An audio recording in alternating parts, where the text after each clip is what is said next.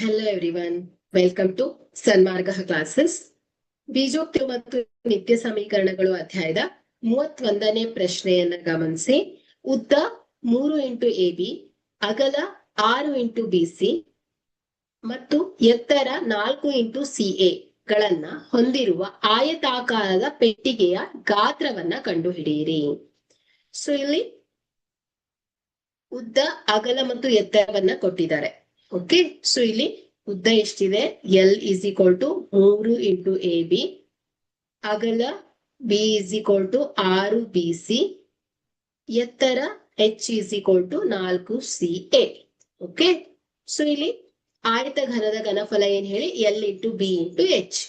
So ಇಲ್ಲಿ ಮೌಲ್ಯವನ್ನ ಸೂತ್ರದಲ್ಲಿ ಆದೇಶಿಸಿ. So ಇದೇನಾಗತ್ತೆ?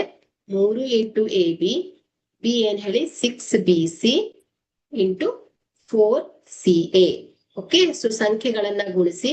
6 3 18, 18 4 72 into AB BC CA. So ಚರಾಕ್ಷರಗಳನ್ನ ಗುಣಿಸ್ಕೊಳ್ಳಿ. ಸೊ ಇಲ್ಲಿ A square, B square, C square ಆಗತ್ತೆ.